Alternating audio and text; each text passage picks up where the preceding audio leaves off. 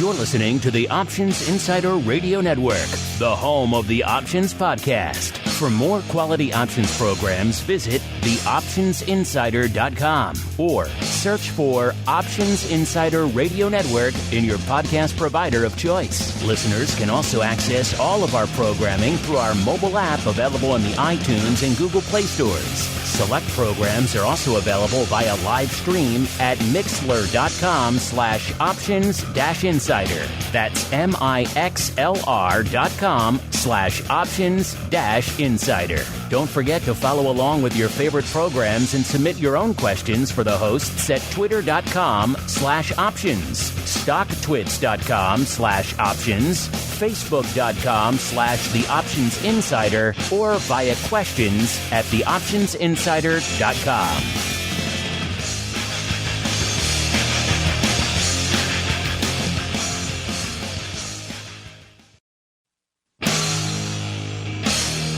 And now, it's time for the show that breaks down the options market.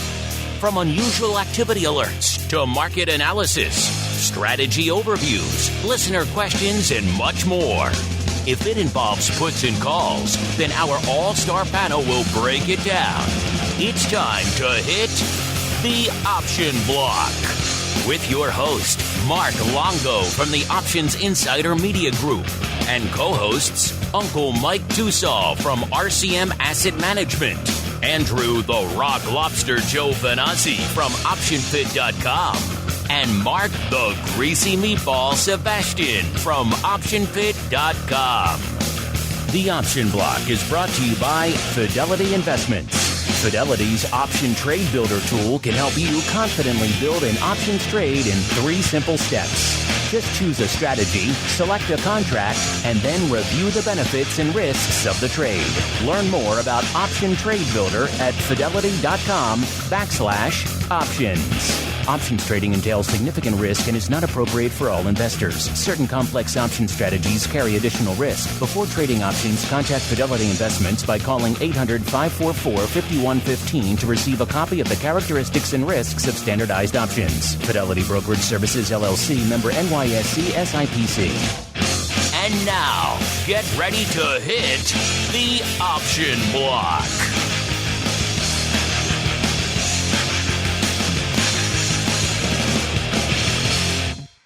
All right, everybody, that rockin' tune means it's time to rock out once again with everyone's favorite. Hopefully it's your favorite bi-weekly source for all things options related. Yep, it's time for the Option Block. My name is Mark Longo from the old OptionsInsider.com, as well as, of course, from the network. And let's just get the ball rolling because we're starting a little bit late because we got some in-studio guests. I'm pleased to say that we got the dynamic duo from the pit joining us live in person today. We've had the Meatball in the studio. First off, welcome to you, Mr. Meatball. Hey, good to be here. It's a beautiful day here in sunny Chicago.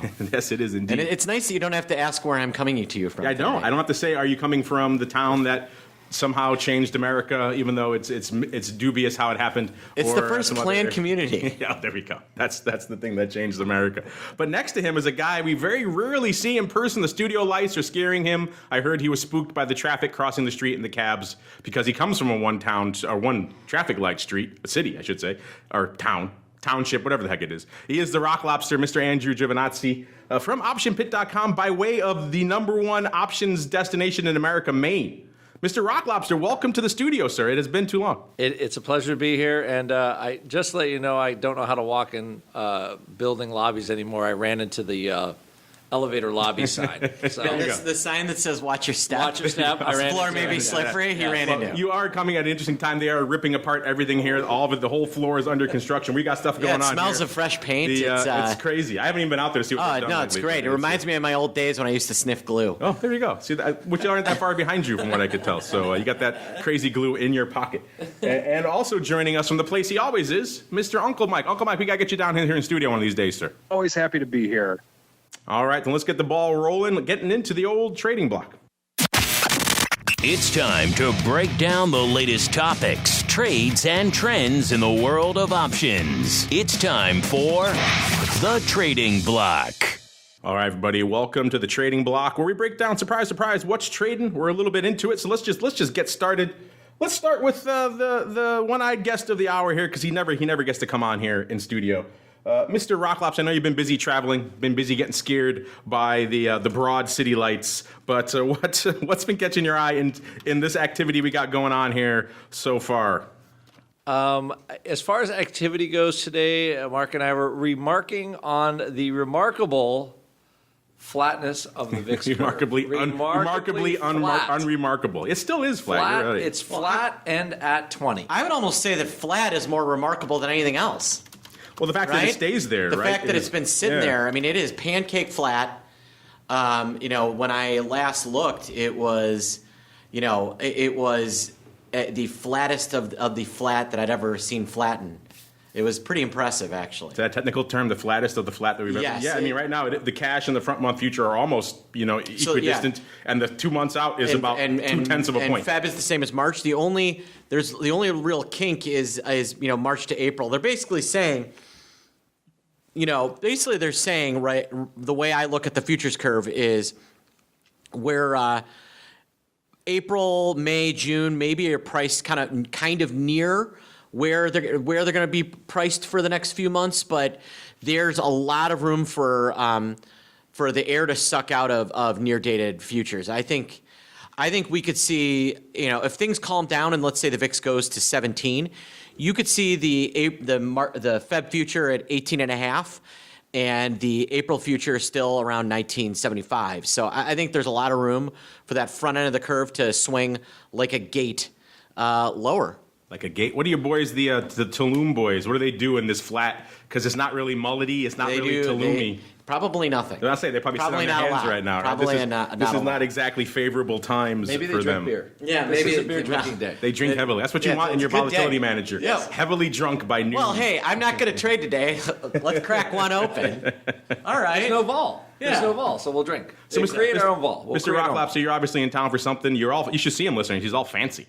He's got a tie on and everything. I remember the last time someone wore a tie in here. It's been a while. I'm doing a panel next week. I'm not even wearing a tie for that. So you've gone above and beyond, sir. What brings you to town, sir? Mark and I are launching a product with the SIBO, with the Live Vol, helping people find trades. We're calling it the Edge Hunter. Yeah, we're calling it Edge Hunter. Oh, Edge Hunter. I Yes. should know the name, right? Yes. I'm in the middle of building the website right now, but we've got... what it really does is it takes all that information that you can get on a Live Vol Pro screen and pulls it into something quickly readable for traders to find trades. And then we have a second sheet for butterflies and a second sheet coming out for calendars, and then there's a VIX one that'll be after that. So, Live Vol Presents is a great data source. You know that it produces. It is indeed a great data source. A lot of awesome information, but it tends to offer information overload. So what we've really created are individual filters to handle individual type needs of a trader. And I'll tell you, I've been using it and it works, which is kind of fun. So despite the fact that Edge is a theoretical concept in this current market, you guys are fine. I like the name at least. Who came up with the name? Because I know it wasn't Andrew. Andrew would have called it theoretical searching for profits in an options environment. We knew that we wanted to use the word edge. We were looking at miner. Yeah, we liked edge miner. That implies crypto, though, if you think about it. Yeah. And then we did like, Andrew was like, what about the edge searcher? But, yeah. And I mean, Andrew's original name for the sheet was Cheap Gamma Sheet. I know. And I'm like, that sounds about as interesting as a wet banana. Cheap stuff for Gamma. You might like it. Signed, Andrew. That's the Gamma Searcher. It's got a little bit of a ring to it. I don't know. Mr. Uncle Mike, what do you think of these names? And what's catching your eye out there in the sleepy hamlet of St. Charles, sir? Whenever you put Mark and Andrew together in a room, it's always going to be something interesting. And they haven't even started drinking yet, so that's doubly impressive. No, it isn't. It is. And it's funny, at some point we do have to reminisce on how the name Greasy Meatball was born, but maybe we'll do another strategy block poll in the near future to get to revisit that. But in terms of what's going on in the markets right now, I think this is, like I said last week, I think this is a Howie Mandel market, deal or no deal, in that we have China that we might be making a deal with them now, it sounds like. We may not, who knows. And then of course, with the government shutdown, are we going to be making some type of a deal, wall or no wall? Ultimately, it seems that if we were to abide or if we were to settle those two issues, I think that that's one of the main reasons that I'm being cautious right now, quite frankly, along with trying to dip my toe into the water after the long volatility or after the volatility that we've had the last couple months. I think that's something that is really a roadblock for this market. The one thing that I'm really seeing in this marketplace is that if you look at 2008, there's a lot of bad fundamentals out there. There's a lot of bad debt out there. And right now, if you search through everything that's going on with the fundamentals of companies, earnings, things like that, it's nothing like 2008.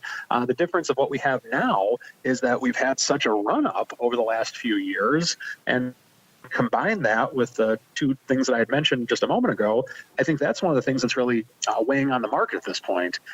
So I think it's going to be interesting to see over the course of the next few weeks, and you combine that with the flat vol, as Andrew and Mark were talking about. This is going to be a fun January, I think. At least fun in terms of what we talk about on this show. Might not be fun for what people are in, but it'll definitely be. These are going to be fun shows coming up. Yeah, I don't know that the market really, this government shutdown has not mattered at all, and which is odd. I think, if it lasts much longer, it's going to be kind of like a slow decay as opposed to anything that actually changes things. But, China seems to be pushing things, and I'm Fed Chairman Powell was speaking today, and I noticed that since he got done talking, futures and the cash index has definitely taken a turn for the lower, which makes you wonder what maybe he said something, but I didn't see anything on the headlines. But didn't he kind of save things last week? He did. Everything looked kind of ugly, and then he's like, well, maybe we're not going to raise rates really fast because if something really goes wrong, we don't really need to. So I feel like him backing away was the big catalyst last week for that massive rally. Who else but the Fed can cause a 100-handle rally in the SPX? Can you think of anybody else? No, but you guys could when you talk about what's going on in the VIX. Oh yeah, we move the markets hugely. An interesting thing is that I think we had kind of three adjoining pieces that are driving the market and allowing volatility to slowly, the balloon to deflate. One, clearly our economy is doing well based on that jobs number, wage growth, blah, blah, blah. Two, China might be in a recession. I mean, you take a look at a chart of FXI, it tanked and then didn't rally. And then you look at, the 1 year is terrible. That says that type of 1 year is awful. This is not a chart of a name you want to be holding long term. No, it's off. It's off. What? Almost 30% from the high, 20% year over year, and and that's an economy where they're claiming they're going to get 6%. They're not going to get 6%. I don't think they're going to get 0%. So on one hand, you have the U.S. economy growing north of 3%. And China, which was the driver, going at 0. And so how do you raise rates in that environment? The answer is you don't. And that's what's really, I think, bailing out Powell. So then, again, you've got Powell. We know whenever Powell opens his mouth, you're off for at least 0.5% across the board in most of the major indices. I know. But and he was talking today. He was just talking now when I walked by him. When I was walking out, he should stop. That would help. Yes. What was that data point we talked about at the end of last year? Like all of his 8 or 10 major Fed speeches last year, the market sold off in 90% of them, and fairly aggressively. They're not fans. No, but it's really just kind of fascinating the way that it structured itself. So I think that we had a really nice little snapback. I think we could sit here for a little bit, churn, maybe creep higher. Remember, there was a lot of people that at the end of the year took their ball and went home, right? A ton. And so now you see markets start to rally. If I'm Joe Schmo investor, well, I'm looking at, wow, we were 2,900 in September. I can buy 2,500. I've got all this cash on the sideline. That's a good reason to hit for creating what I call a FOMO Momo trade. Well, speaking of those levels, we are threatening some of those levels right now. They're threatening to come out of a correction. I haven't checked to see if we've done it during showtime here, but we're at that point. The Dow needs to be right around 2,400, 23,971. S&P needs to be about 2586 to come out of that technical 10% correction level. So we were threatening them, but I don't think we've crossed those levels yet. Speaking of crossing levels, Uncle Mike, I know you got to cross on over to some other stuff pretty soon. So let's keep on rolling. Let's mix it up a little bit, do a little bit early edition of the strategy block. It's time to dispense options, wit, wisdom, and education. It's time for the Strategy Block. All right, everybody. Welcome to the Uncle Mike portion. We get a rear double whammy of Uncle Mike this week doing double duty here. Uncle Mike, you were so compelled you wanted to do a second strategy block for the week, sir. So what do you have in store for us today? The history of the Greasy Meatball, Well, right? I want to talk about the SKU fund today. I want to go through a failure story and a success story, and I think it's going to be some pretty good content for what we're looking for in the strategy block, because I think there's a lot of things that our listeners can learn from this. So just to revisit the SKU fund in terms of what I do with that, there's clients that are looking for things that are with interest rates as low as they are right now. And yeah, I know we raised them. Or not we, but I know that interest rates are higher than they were a year ago, but interest rates still are relatively low in comparison to the glory days back in the 80s when you could get 8 and 9% on CDs. And so I have a lot of clients that are just looking for things to where you could get a potential to have a higher rate of return, but still have low risk, or in this case, no risk. And what I came up with was the SKU fund. There's stocks out there to where call buyers are, the price of the calls is a lot more than the price of the puts. So in other words, I'll give you one example of a losing trade with which we made on this one to start with. This was back in May. Facebook was roughly $80, and we went out to January, expiration next week. We went out to January, we bought the at-the-money put, and we sold the 185 call. So the concept behind that is that we were looking for upside of roughly $5 on Facebook over the course of between May and January.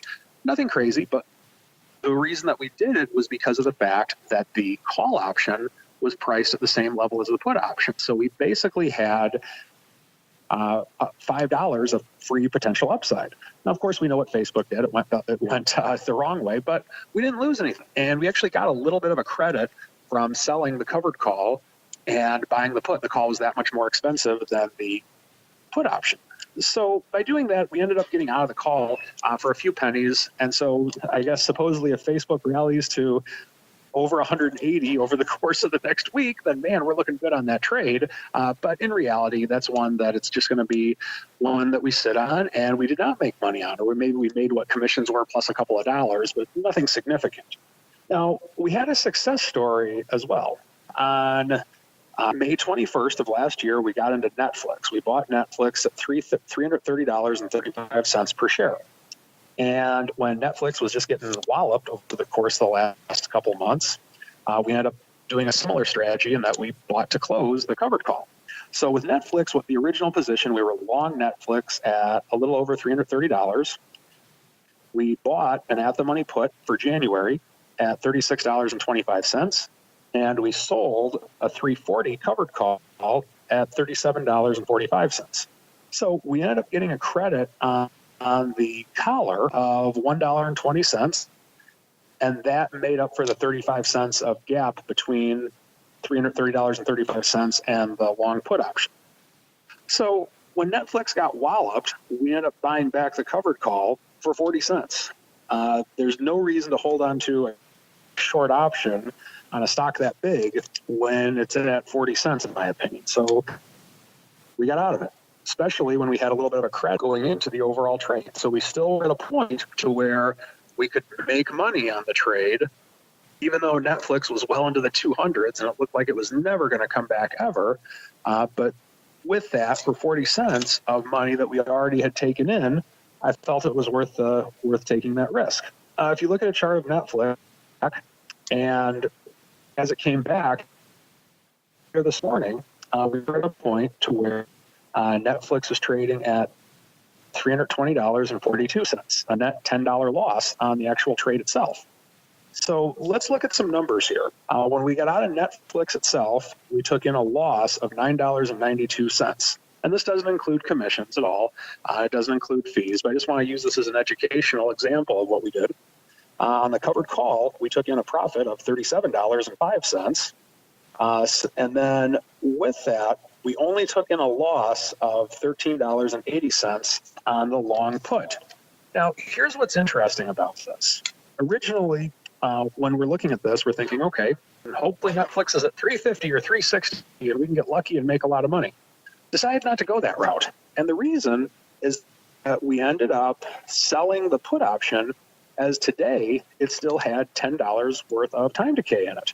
$12 worth of time decay in it. And so by doing that, what happened is between the time we started with this Netflix trade and now, we have higher volatility than we did at that point. So because of that, it's because of delta that we got out of that call at next to nothing, and it's because of volatility that we still have that long put option with $12 worth of time decay in it. So here's the long and short of this trade. What we were trying to do with Netflix is have a window of upside, buy the 330 put, sell the 340 covered call at a net minor credit. We're looking to make $10 on that approximately. However, what eventually happened is that we got out of the call for next to nothing, and volatility increased, so we still have some time decay in the put option as Netflix increased. So the net profit on this trade was $13.33.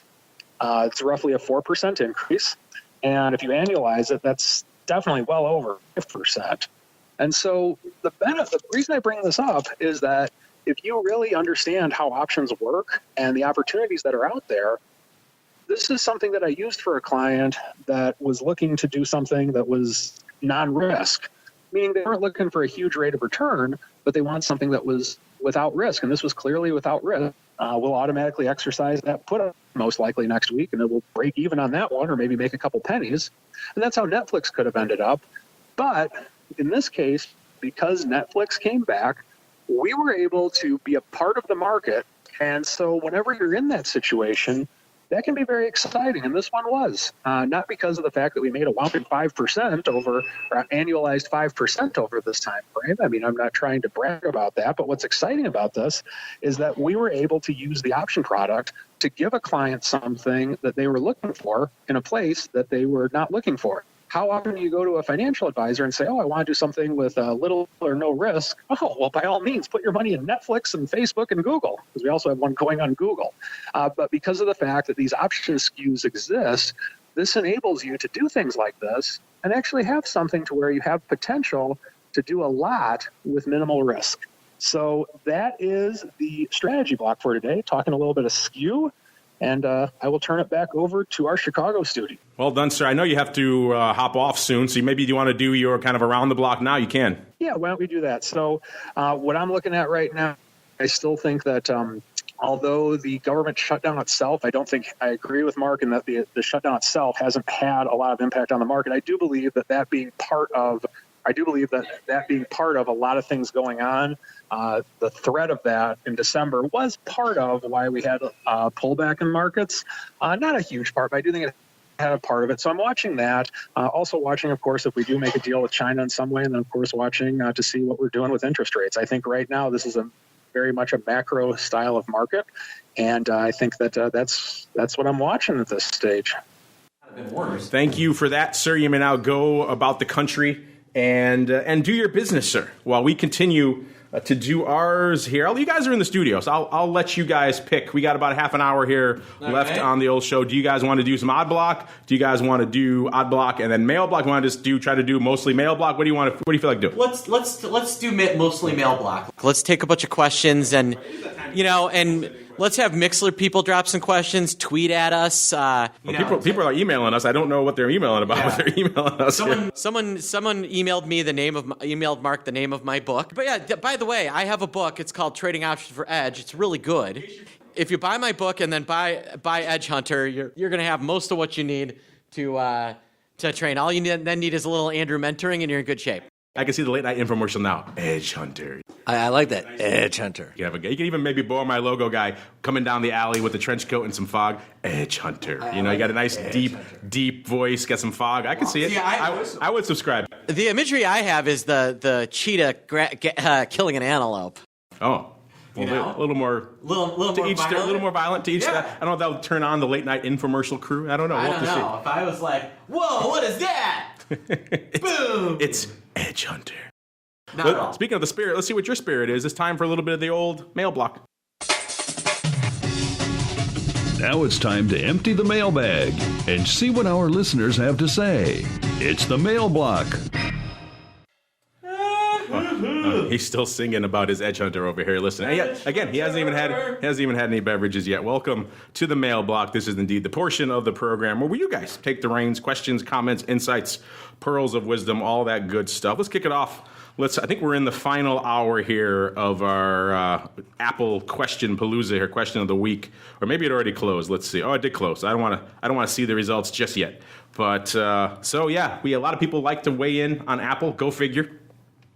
We gave them the 4 choices, you guys remember. We said you could choose, what were they, Zach? Okay, I remember Apple had broken 150. Actually, let's see where we are right now. Coming back, we broke it the other side the other day, the other way. Now we're back off a little bit, but still north of the 150 level, 152, and the orders, as we used to say here. And so we asked you, though, before, when Apple was south of 150, right around 148 or so, what do you want to do with those puts everyone wanted to sell? Remember, everyone wanted to sell the Jan 150 puts, so they're expiring in a week and change or so out there. What do you want to do with it? Do you want to take the stock and then maybe keep it around 148? Did you want to take the stock and then wheel out and cover it out? By the way, Scott Nations nicely pointed out to us that it's not covered because you don't have the stock yet. I get that. I do understand that.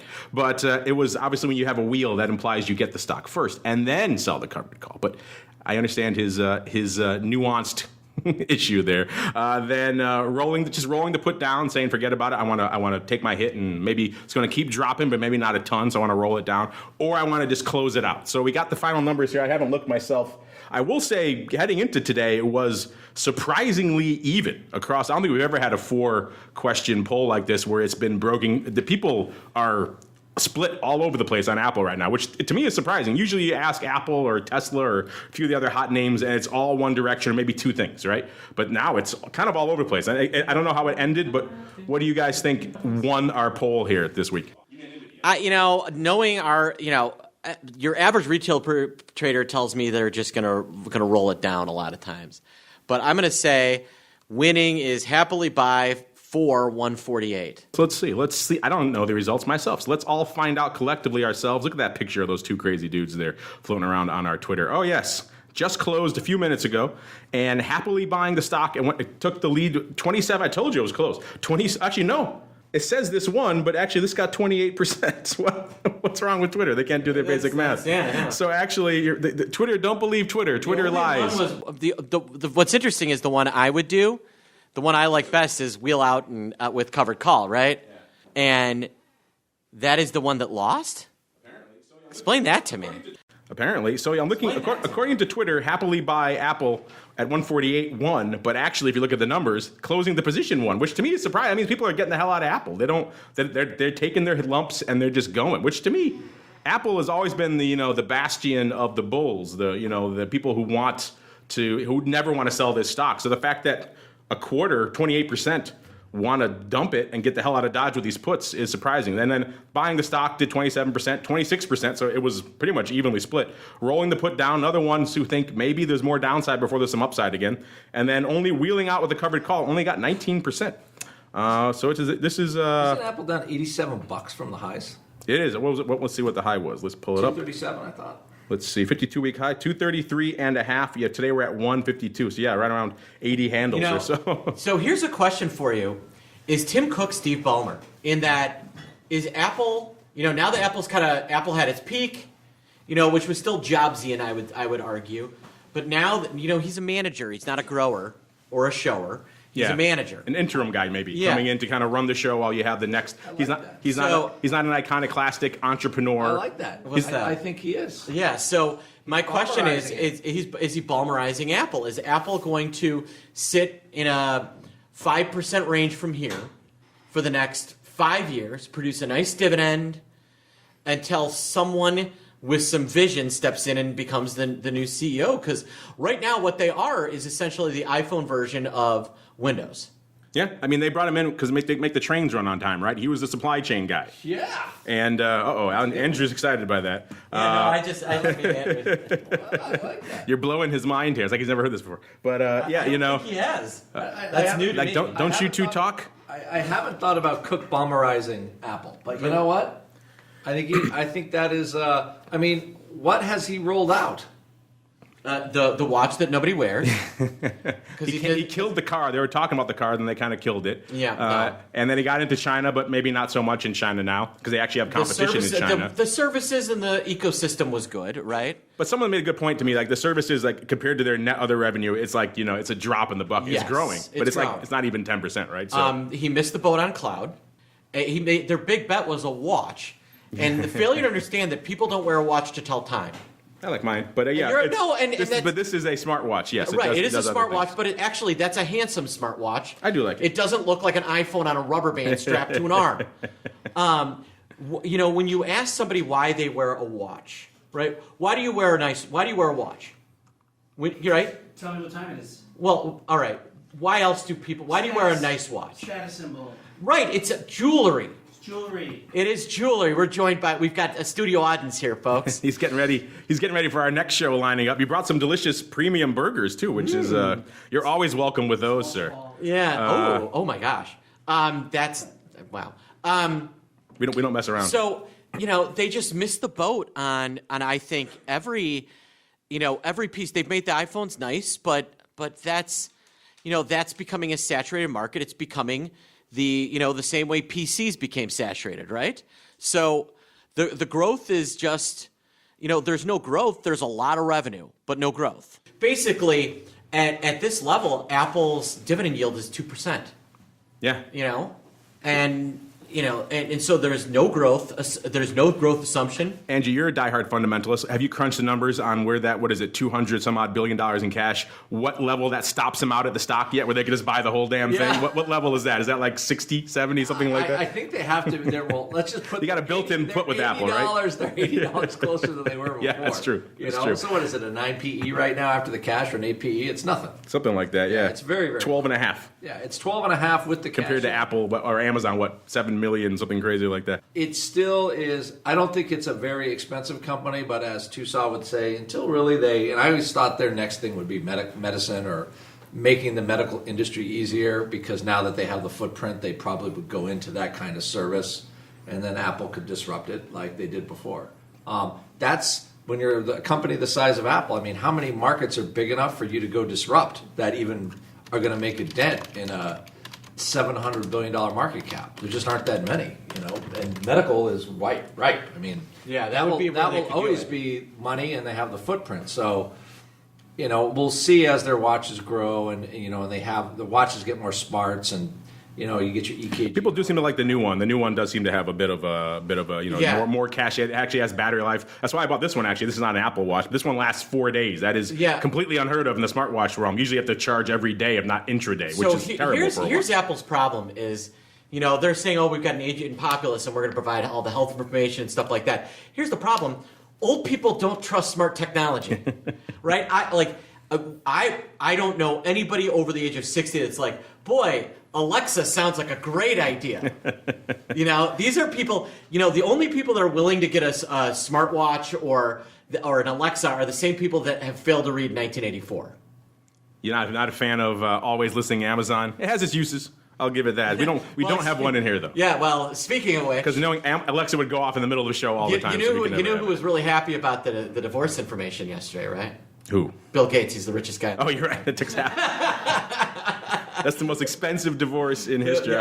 Kidding. Let's hope it was worth $50 billion roughly. For an eighth, so... this is our gossip. I don't want to... Yeah, this is the guy. I don't want to talk too much morality, but I really hope that... it was worth it for you, Mr. Bezos.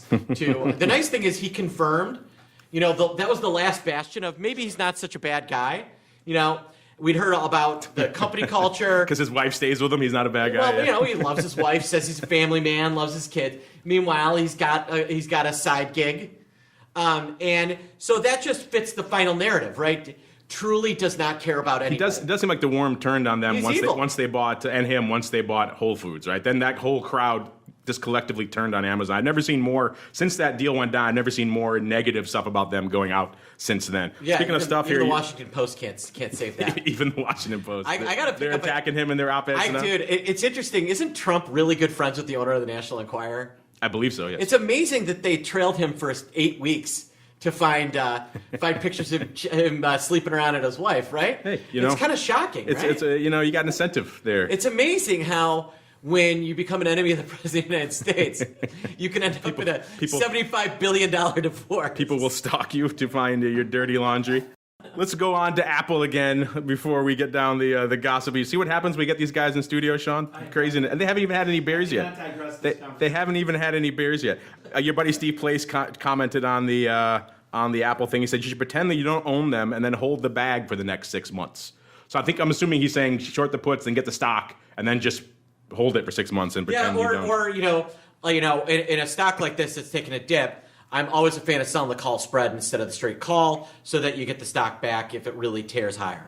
I'm sure a lot of you crazy have to be slinging Apple in the pit chat these days. What are they up to? Are they biting on selling those put spreads? They're all buying. They're all looking at kind of their buyers here. When just straight up stock. Yeah, stock or selling puts. I think put selling, and mostly because when you look at it, you're getting the vol's still really high. You get a ton of premium to sell put, and anywhere lower here, the value on it on just the dividend becomes at a level where people get really excited. Let alone Andrew's cash buyback value. We got to determine that level before the end of the show here. At least I'll have it by Monday. For the there is that nice built-in put. We could just buy the whole friggin' thing if we want. You're punching the market in the face again. Let's see. Your buddy David Lincoln, he's listening live here. He says he's excited. He says Andrew's in Chi-Town. How exciting! Great show. He also wants to know what about SIBO? I think he's out in the. I don't think he's not in Chi-Town. He's in California. Yeah. Oh, he's on the Cape. Yeah. What about the MJ stock? Oh, the MJ. What about the marijuana stocks? The good old TLRY. How's that doing? Like I said, the float is supposed to increase on the 15th of January. Any comments on that? Let's pull up our old. I haven't talked about TLRY. Let's see. 1 year out here. Yeah, look at this. That's a nice chart, huh? That looks like a biotech, It's like, oh, we got approved by the FDA. Oh, wait, oops. In a way, it is a drug stock. Yeah, you're right. And it's Canadian, correct? They're yes, Canadian pharmaceutical and cannabis. Here's the problem: if you think that Canada is going to profit from legalized marijuana in the United States on anything but a peripheral level, you are dead wrong. What's going to happen is when this starts to get on the block, starts to get there, it's going to be heavily regulated, and all of the marijuana produced in the United States is going to be made by RJR. Yeah, it's not going to be made by Canadians. It's going to be made by RJ. You think Reynolds. Trump's going to bring in Canadian cannabis? It's going to be made by Marlboro. It's going to be the Marlboro Man, except for this time the Marlboro Man is wearing a Rastafari hat. And he has dreadlocks. Yeah, and he's got dreadlocks. He's on a. Yeah, and then you'll have. Yeah, exactly. You'll have. What I'll be interested to is the first menthol marijuana cigarette. I can't wait for that. That's a whole other market in time. I did read something the other day, like, Portland and Oregon have been kind of on an early trail, blazing a trail, if you will, pun intended, out there in the cannabis side. I read that people were so bullish on it that they have a glut now out there where people have overgrown and it's crushed the prices out there because everyone thought they were going to get in on this boom. And it's just annihilated prices across the board. Are you saying that a dime bag now costs a nickel? That's exactly what I'm saying here. So see what happens, David. You ask questions about cannabis and you just derail us here completely. I just think everybody. I blame him. Grow it. I blame Mr. Shortval. He needs a cannabis show on his network now, or his started off. He can have a cannabis show and then a crypto show and then also a Shortval show. Yeah, no, and It's all about edibles. We ask anybody who's into that stuff; they'll tell you it's all about the edibles. There we go. That's now we're getting into Mark's bailiwick here. Let's go. Let's move on to some other bailiwicks here before we get down more dark rabbit. See, Sean, what happens? You come to the studio, it all just falls apart here. Toby Sellers wants to know a more options related question. What's our favorite paper trading platform? Well, this is kind of the de facto 800-pound gorilla, which is kind of toss. Everybody likes that, right? There's issues with it, but it works. It's functional. I was saying on one of our other shows recently, there's a lot of new entrants to this space that I kind of want to go familiarize myself. I haven't played around with any like the paper stuff on like a thing like Doe. I don't think Robinhood offers anything paper yet. They should, because that would speak to their audience, you'd think, but they don't really offer that. But there are new players in this space. I'm kind of curious. Do you guys have a favorite paper trading platform you recommend to the crazies?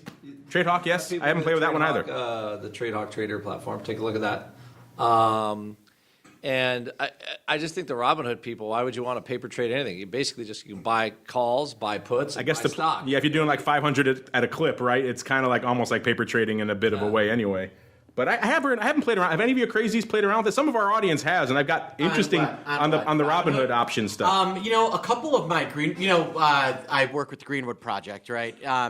Some of those interns, my students there have been playing with it a little bit, just to kind of learn it, and it's fine. I mean, if it executes, if kind of my understanding is it's a lot like the old. What was it? Was it Options House where it literally Zecco had the free commissions? No, where it was just like a strip where you saw the option thing. It was like basically when Option House first came out, it was just like create a ticket and then send it. Maybe. Yeah, it's a lot of just you kind of have to know the strike that you want to trade on Robinhood. That's my understanding. Which is not their audience, right? You kind of have to know what you want to do. They want more sophistication from an unsophisticated. But I assumed it wouldn't be that sophisticated. I've heard some interesting things. Actually, some of our hardcores in our audience who kicked around with it and actually were pleasantly surprised. Then of course, you got other people hitting us up saying it's down all the time. So I haven't played with it myself. I do want to kick the tires on that one as well because I'm kind of curious. I think the de facto gold standard for paper trading right now would probably toss. Would you guys agree? It's kind of the one everybody likes to use. It's definitely the most widely used right now. Liveball X does not offer paper trading. Am I correct? They do not. But the one, like I said, we're really starting to get into this TradeHawk platform. Obviously, I've got a relationship with Lex, so that's part of the reason. Terrible human being. No, yeah, he's a great guy, and TradeHawk is pretty nice. So I've been playing with that, and it reminds me a lot of kind of what from a market maker. It looks a lot more like a market making screen than some of the of the other ones do. That was the nice thing about LiveVol too, is right? They always had all those ones that come from a market making background. They're designed a certain way to be appealing. Yeah, you to can. us, Well, right? it's nice because that one and LiveVol are the two that you can set your own vols to trade. Which is the major thing I wish all brokerage firms would do. Sure, you can run your implied, but the nice thing is if I'm trading even in paper off TradeHawk and vols move, I know it because my Theos are either through the offer or under the bid. That's that is so valuable to learning how to trade people. You're getting you kick something off here, Mark. So I'm getting updates as we speak from our producer mid-show about the Inquirer exposing quote unquote Bezos and his new lady friend there. So you've definitely sparked a fire. Oh, there. nice. Speaking of Spire, you like gossipy stuff. We got a gossipy kind of question here. This comes from Jared. He wants to know, what do we think of Kincannon leaving the SIBO? That's one, for whatever reason, my phone's bringing out the hook all week. Everybody wanting to know about that story. Chris Kincannon obviously used to be the head of Bats, came over to SIBO. He seemed like he was kind of the heir apparent to everything over there, and then this week deciding he's going out to what? Market Access, a bond platform? Is that the one he was going to? Also the third largest shareholder. Yeah, he was, and he was a big shareholder. Yes. I think that things will be smooth and fine, and from what I hear inside, I'm going to be very political on this answer. I'm saying this is surprisingly political. I have to be because of our you have to go to the SIBO in a couple hours, so I guess that makes sense. Yes, and they are sponsoring the event, so I'm going to be. That's why our listeners are. And they sponsor my summer event. Our listeners know they're pushing your button. Here's what I will say about that is that I think it was a pretty decent surprise, but with how talented he is and how good of a job he did at Bats, there were a lot of people constantly knocking on his door. And it sounds like he got the veritable offer he couldn't refuse. Sounds like it. You know, I was really surprised. I was talking to some people at SIBO earlier this week who, you know, I won't name, but they were all sound like they were pretty collectively surprised. It seemed like it was a surprise. Everyone I had talked to, former Bats guys who were included on that situation, all thought he was going to be kind of the next guy. And you know, so that did kind of surprise us, Jarrett, that one. But yeah, you know, crazier things have happened. Maybe he did get the offer you can't refuse, you know, over there, and he decided, you know, bonds were the place. The bond market is a huge marketplace, and getting to be high up at a you know, there's definitely a lot of room for growth in bonds, especially as interest rates start to normalize. All right, here's one from Zbeck. This is a good one for you, Mr. Rock Lobster. Zbeck wants to know, what's wrong with just having stocks in your portfolio? Maybe SPY. Well, that's an ETF. We won't mess around with that. And just writing the occasional call against it. Doesn't he mean the Russell 1000 ETF? Yes, there we go. And just writing the occasional call against it. Are you guys only interested in using options? Obviously, we joke here. We joke that we don't like underlying. We don't trade a lot of it, but it does have a purpose. Mr. Rock Lobster, I think you probably have some long-term equity positions floating around in your boat. What's wrong? He's asking, what's wrong with just owning some stock, or in his case, SPY, and then writing some calls against it? What's wrong with that, sir? Well, there's nothing wrong with it. I mean, but I thought this show was called the option block. Yeah, not the stock block. So exactly. Stock is great, but it's less efficient. It's less efficient to express your opinion than options. And I think as far as you can own stocks, but once you learn how to use options, that will help. You know, I know this is just like the verbiage from the SIBO, but you're trying to protect some gains and try to generate extra dollars using option leverage. Well, and the other issue I have with stock investors is they tend to fall in love with the stock, and they get overly concerned about about tax implications. So, like, you know, think about all the people that didn't sell Apple at $225 because they didn't want to pay tax, that are now holding the bag. They saved a lot of taxes. Thousands and thousands of shares, $75 lower. So the nice thing about options is it allows you to really express your opinion, and it basically doesn't allow you to marry a stock. And that is really my number one issue with stock investors. Yeah, you could do stock. Obviously, we laugh about it, but we can do it. Just everything you could do with a stock, you could do better with an option. That's what we point out here on this show. And you're right, it's not the stock block; it's the option. Options are like the blondes of the. They're like the blondes of the investing world. They just have more fun. There you go. See, have more fun with options, and we'll have more. It says two men who are married to blondes. Yeah, that's true. All right, let's keep on rolling into our final segment. It is time to go around the block. It's time to tell you what we'll be watching on our trading screens until the next episode. It's time for Around the Block. All right, everybody, welcome to Around the Block. Hope you enjoyed our extended gossip/mail block there. The gossip block? We got down a weird gossipy rabbit hole. We totally have to do we need a gossip show on the network. We do need a gossip. So anyone, the business show used to be that, but that's on hiatus. Anyone we haven't offended already, we'll have a gossip show, and we could easily offend the rest of them, and it'll be perfect out there. Who's leaving this firm today? Find out on the gossip block. All right, that's actually a great idea. Yes, there we go. Industry gossip. I'm sure so many firms would line up to be part of that one. All right. I think I definitely create clicks. That's true. That would create clicks. Let's click around to what we're watching the rest of this week. Obviously, we're in a weird kind of spot. Our buddy Mr. Powell kind of chomping off of the bit there, sending the markets back into the red. I mean, we were nice and green earlier today. It seemed like, you know, trade war, maybe things easing today, maybe not so much. Powell coming in, dumping on the market as well as he just does by default now, it seems like. So, yeah, we're in a bit of a weird holding pattern here. Aside from your big thing coming up, what are you guys watching for the rest of this week, gents?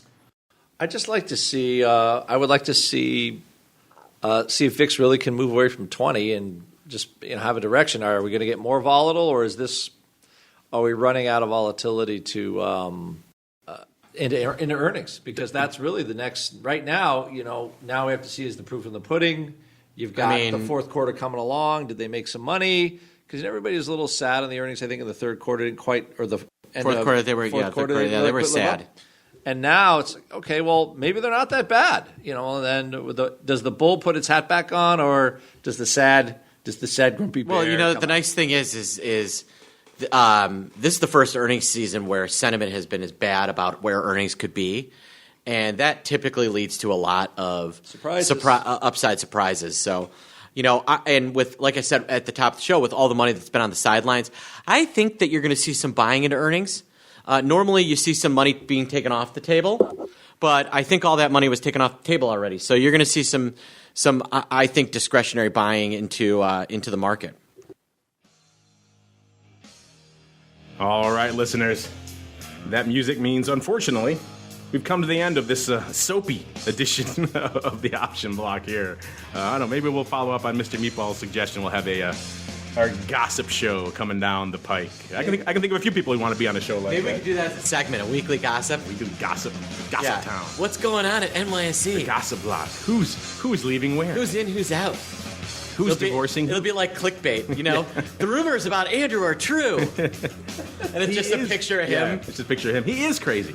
All right, guys, that music means we have to wrap it up for this very crazy. That's what happens when they come in studio.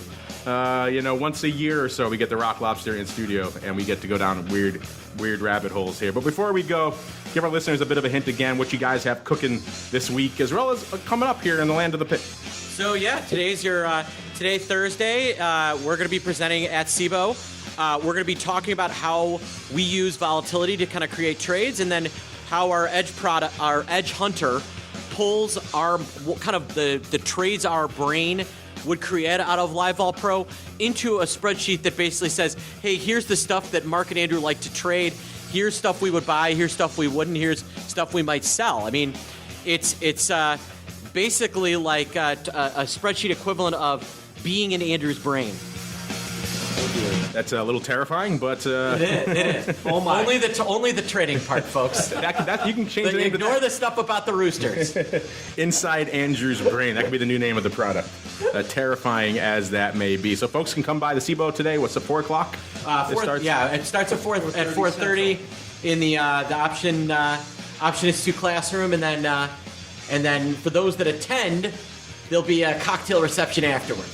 There you go. At a to-be-determined venue. It's also called Drinks and Series. Yeah, drinks and Okay. series. I didn't want to get it out there in case people are just going to go to that. I wanted to make them come to the thing. No, you Okay. got to come to the thing. All right, I'll be nice If there. you're there and you're not at the other one, I'm going to be mad at you. You're gonna stamp your hand, get a ticket. Yeah, no, it's exactly. All right, It's check like it out. a club. Check it out, listeners. If you are local, Dave, unfortunately, that means you're listening from California. You won't be able to attend, but maybe next time. And Mr. Rock Lobster, when we get you back in Chicago anytime soon? Probably June. Maybe we have reason to come in earlier, but most likely June for the Option Pit Option Festival. The Pro Trader Summit. Option Yes. Festival. I like it. The Pro Trader Summit. Crazy hippie shirts going on. Yeah, we'll do a nice live option block again. That's always fun. That is fun. And a delicious steak on the meatball is always fun as well. All right, listeners, check it out today if you haven't made it. By the way, Uncle Mike had to run early, but give him some love over there at stcharleswealth.com as well. Click on the Fox. One day it'll do something cool. I promise you. And on behalf of Uncle Mike, who had to run, as well as the Rock Lobster and the Meatball, and indeed myself, I want to thank all of you out there for downloading, streaming, and subscribing. If you can't get enough of this stuff, you say, I want more talk of vol and equities, maybe also some ag, some crypto, some futures, stay tuned. We got you covered in exactly 30 minutes once we get done eating our delicious gourmet burgers here with a little bit of twifo. In the meantime, though, if you're listening live, you can enjoy our newly launched Crypto Rundown show coming at you live every Monday. And in this case, today, by the chat. We'll be back in about half an hour. Otherwise, we'll see you next time for more of the Option Block.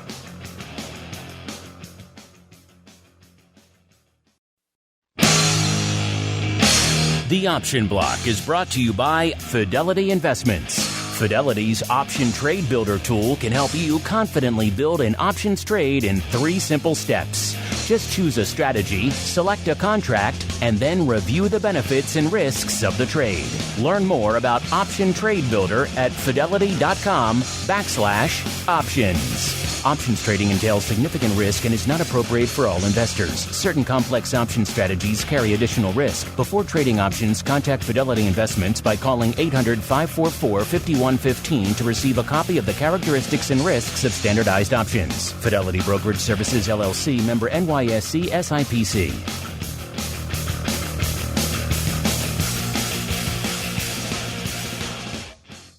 You're listening to the Options Insider Radio Network, the home of the Options Podcast. For more quality options programs, visit theoptionsinsider.com or search for Options Insider Radio Network in your podcast provider of choice. Listeners can also access all of our programming through our mobile app available in the iTunes and Google Play stores. Select programs are also available via live stream at mixlr.com/options-insider. That's mixlr.com/options-insider. Don't forget to follow along with your favorite programs and submit your own questions for the hosts at twitter.com/options, stocktwits.com/options, facebook.com/theoptionsinsider, or via questions at theoptionsinsider.com.